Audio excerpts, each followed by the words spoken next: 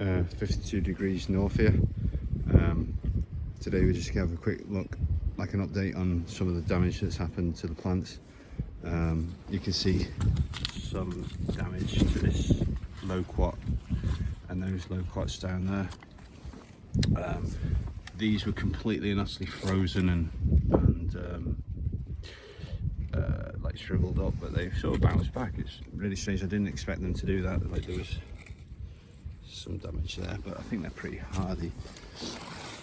In there, there's some passion fruit that were protected by the loquats. In here, the milk fruit showing leaf damage, and the passion fruit there is looking all right, actually all right, and some leaf loss of leaf on the Eugenia uniflora, but I think I've scratched the bark all the way up there, and I think there's a look that's got dye back at the tip there. That just needs snipping off, but the rest is alive. Not doing well, but alive. I cut back the dead tips on the lemon guava, and from my experience, the lemon guava is a lot more hardy than the strawberry guava by a couple of degrees. And I've cut back the Passiflora melissa. It should come back from the base. It should come back from the base, and I would imagine if it does, we'd see a similar sort of amount of growth next season. So hopefully it's not lost there. Oh, this is a weird thing. One tropical guava has survived out of the 4. The other 4 have been cut back. And there's a stump of one there, a stump of another one there. They might come back from the base, but the others were pretty gone. They protected that smaller one, so we'll have to see what happens. I can imagine that one's probably going to die this winter because it's so small, and we've got at least another 70 to 90 days of risk of serious cold weather, and even in the spring we could have a couple of weeks of cold weather unannounced. Similar thing that's happened to the Cherimoya. I'm just going to leave them, see what happens to them. I think they're dead, but what I've done is I've had to prune the black mulberry, and I just stuck a few black mulberry cuttings in there. The idea I want is something to grow up and to shade this plant here, and if it's deciduous like the black mulberry, even better, because then it'll allow winter sun in, but shade out summer sun and cool off the Chilean guava. I pruned this citrus. It's still going to lose some of these leaves, but I pruned it back. This is the New Zealand myrtle, Lophomyrtus bullata. Just really hardy. And this is the strawberry guava. The strawberry guava, it's probably had, like, don't be fooled, but this is all just cuttings. That's had about 70% of its growth cut off. This is all still green, this main stem up here, so that's kept some height to it. But they're fairly quick growing when we get the conditions right. You just have to keep them really watered, heavily watered in the summer. No problem with the kiwi. That's hardy, and no problems there. The leaves have now been lost off the peach. I'm going to try doing something with this peach, something different, rather than spraying quite harmful copper solutions onto it. I'm going to try doing something different with that this year, so I'll keep you updated about that. The lemon in here is showing signs of some damage. I think this needs iron. I've got some iron to give it, but I was hoping that the soil would dry out a bit before I could do that, because I think actually the main problem is just the overwatered ground, or the pot that it's in. The idea of putting it in the pot was so I could really regulate the amount of water that it had, and help with drainage, and change the pH without having to change the pH in the whole bed. So I'm just gonna have to wait a little while longer till it dries out, and then I can give it some feed. So I think that's its main problem, because look, all the leaves are showing signs of chlorosis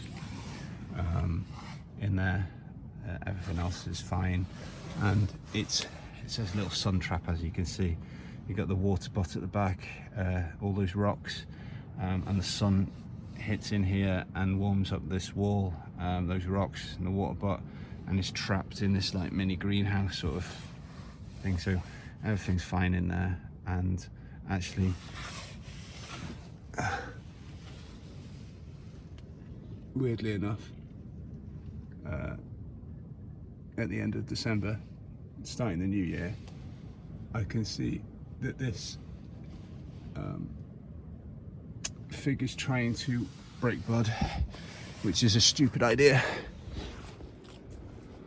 But even this is the bronze loquat, not as hardy as its cousin, but this is showing not serious signs of damage, but I think it was taken right to the limit of what it can handle. This loquat in this pot again showing signs of some damage, I think because the roots were frozen, whereas this one is looking grand in the sunshine there, and that loquat is looking good as well. Hoping that an archway will be made, so you walk straight through the arch, the loquat arch.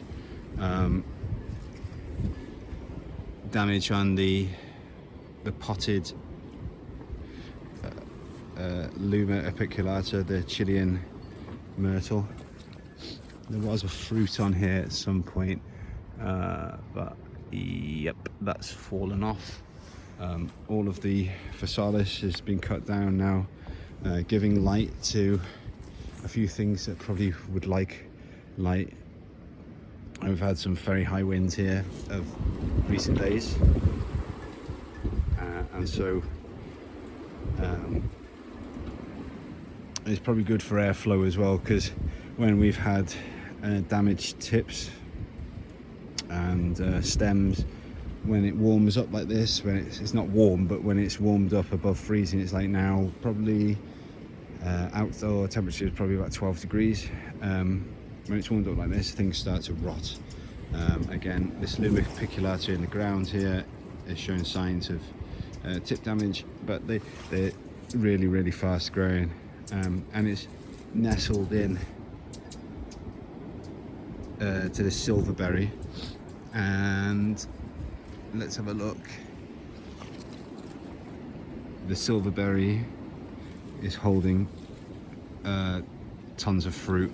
I was worried that the fruit might have be affected by the cold weather, but there's fruit everywhere, and not everyone's favourite fruit. I absolutely adore them. They're really nice. Some people, and even some flowers, some people absolutely despise them, think they're how do I describe them? They're like kind of sweet, like a very sort of dry mouth sort of and then that's not the most appealing sounding fruit, but it's something that I definitely like, it's an acquired taste. In here, this is a lemon guava. Again, this is why I think lemon guavas are a bit hardier than the strawberry counterparts, because that's a broken branch there. Because this was completely frozen, this pot, and all it happened is a few tips died, whereas the strawberry guavas that were in pots in here, I've taken them indoors because I can just tell that they're not hardy enough to stay outside like this. There's definitely 2 or 3 degrees difference in terms of hardiness between the two. No reason to waste that branch, might as well try and root it in there. And the soil is nice and fluffy. It's not overwatered, which I think is important. Moist but not overwatered. Obviously the pineapple guava, I'm trying to look, can't really see any massive amounts of damage, but there is like leaves that come off that are damaged like that. But even the green fleshy growth, oh look at that, that's mad. It's created a flower bud that wasn't there. I've been away for a few weeks. That wasn't there when I left. That's absolutely crazy. We'll see what comes of that. I imagine that's gonna drop off. The ones that are outside, these little ones,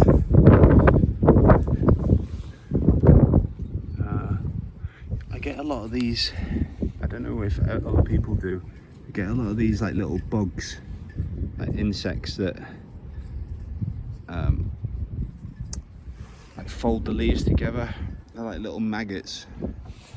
I don't know what they are, like a caterpillar, like some sort of caterpillar. Tiny little caterpillars, and they what they do is, in the younger leaves, not in the older leaves, but what they do is they fold the leaves together and then they start eating the leaves from the inside. It's quite annoying because they eat all the new tips off, which has really dwarfed all of these plants. I mean, these have been in the ground for probably 2.5 years, and they haven't really done a great deal. But I'm hoping now they're settled in, they'll start growing next season a bit more.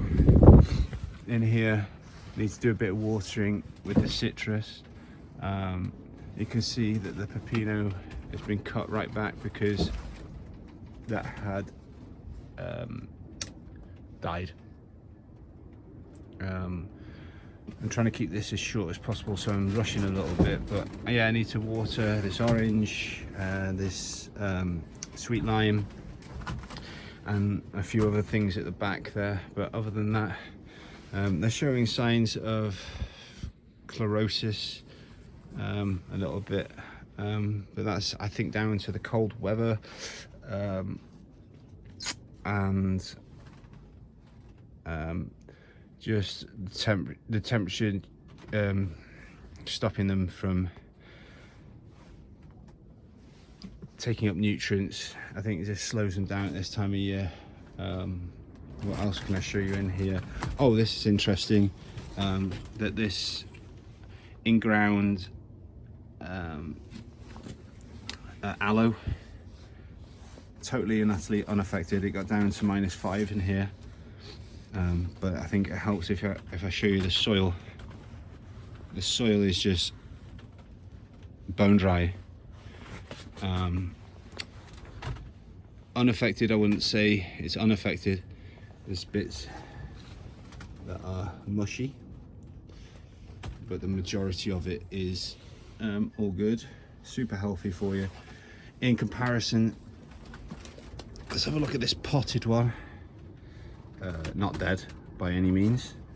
So this took the ground freezing, you know, or the pot freezing, and the pot was completely and utterly frozen. But in there's plenty of new healthy growth. There's plenty of growth that is gonna die, but I guess the idea is just not to water them, and to keep them as dry as possible.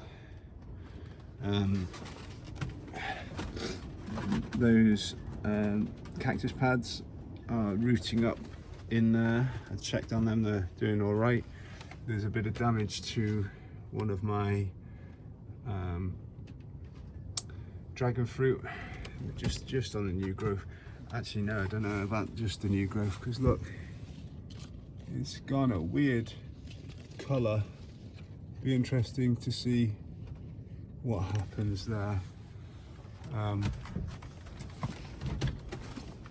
So at the moment,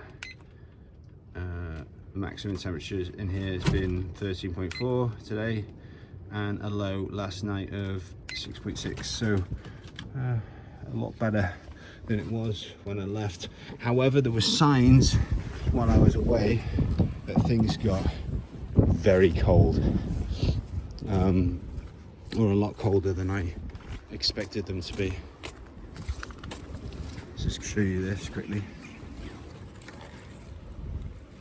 This is actually swollen quite a lot, but it's been frozen a couple of times. I don't know what's going on with that. It's got a weird colour. Whether that's it hasn't like gone brown, mushy, doesn't show signs of like dropping off, so I'll just have to see what's going on with that. Whereas this one, although it looks like it's colouring up, I think it's discolouring because it's been frozen so many times. So we'll have to see what goes on with that. Not that that particular one is very tasty. And this is so there's evidence in here that there was serious cold while I was away. Look at this.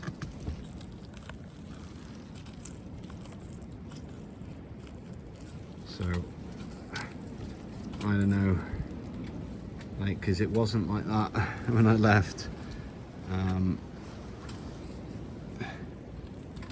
The actual stem is solid all the way up. It's just these outside bits have become very mushy.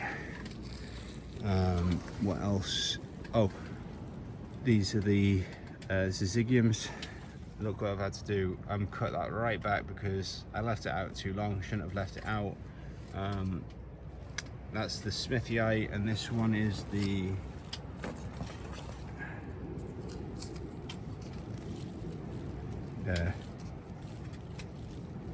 Paniculata, or whatever. That one.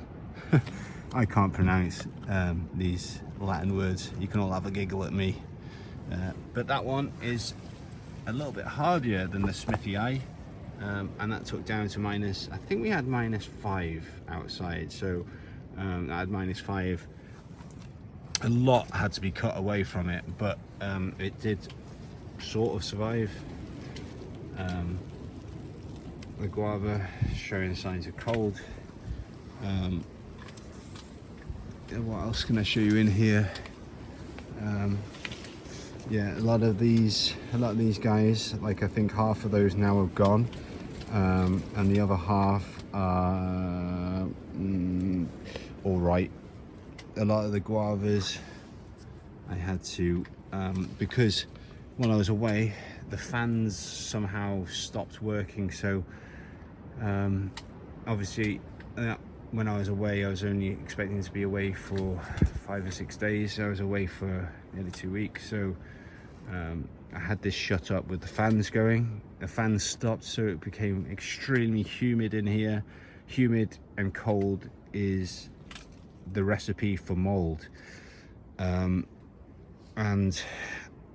yesterday I had to come in here and cut a lot of the guavas, leaves, tips, which is quite a big undergoing because I've got so many of them. And also what you don't want to do is start spreading the mold, so you've got to do it in a way where you minimize the spread of the mold.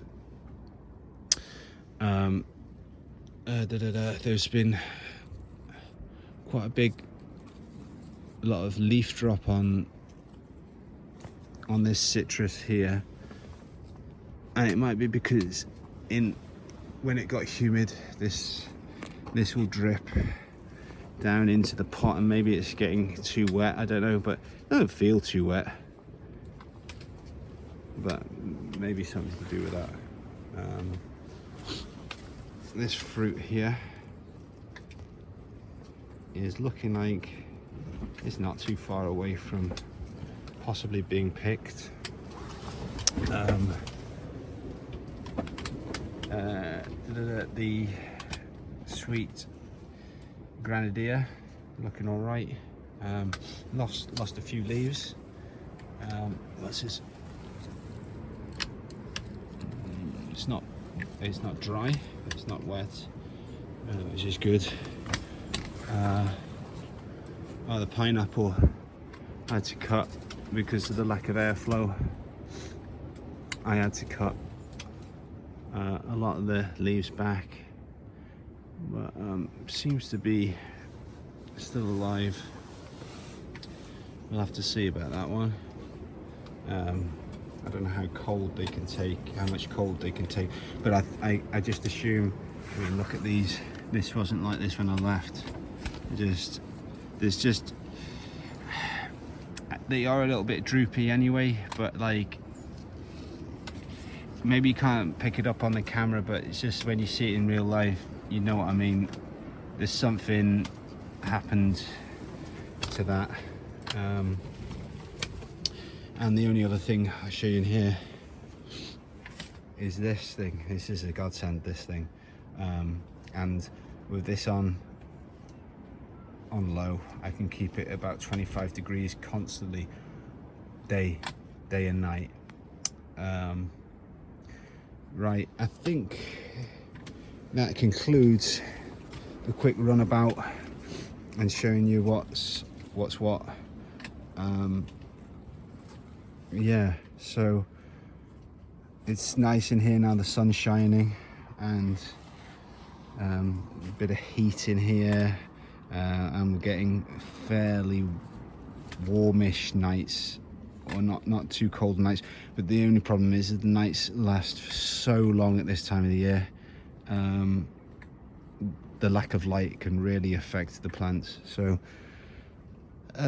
now the days are going to start getting longer, so let's look forward to the spring. I hope everyone has a blessed day and a happy new year. Cheers guys.